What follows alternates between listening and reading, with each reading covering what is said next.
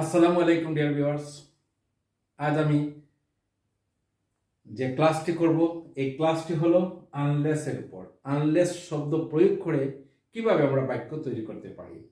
তাহলে প্রথমেই জেনে নিই আনলেস শব্দের অর্থটা কি। আসলে আনলেস শব্দের অর্থ হচ্ছে যদি না বুঝাতে, যদি না বুঝাতে অথবা যদি না,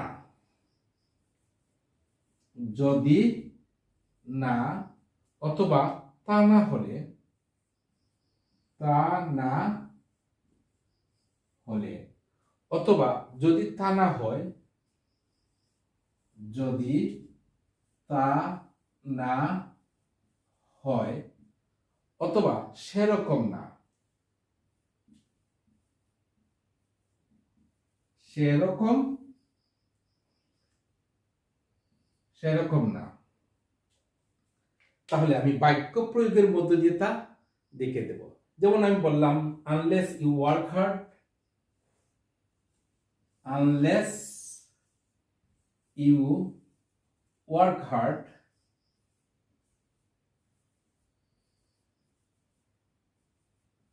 work hard, unless you work hard you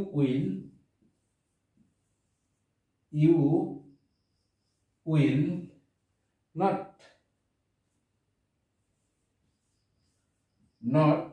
succeed,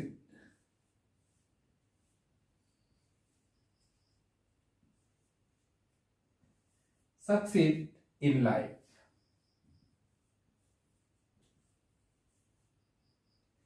এর অর্থটা হচ্ছে unless you work hard.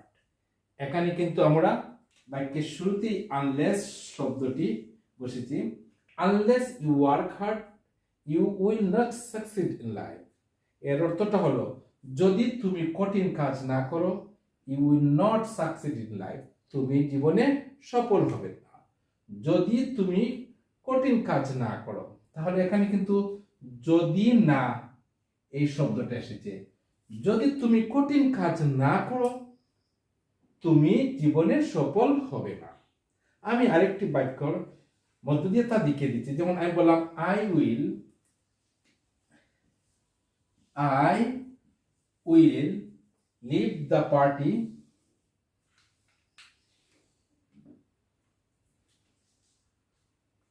I will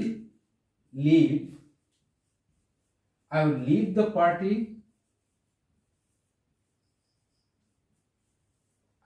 the party, unless you study here, unless you stay here,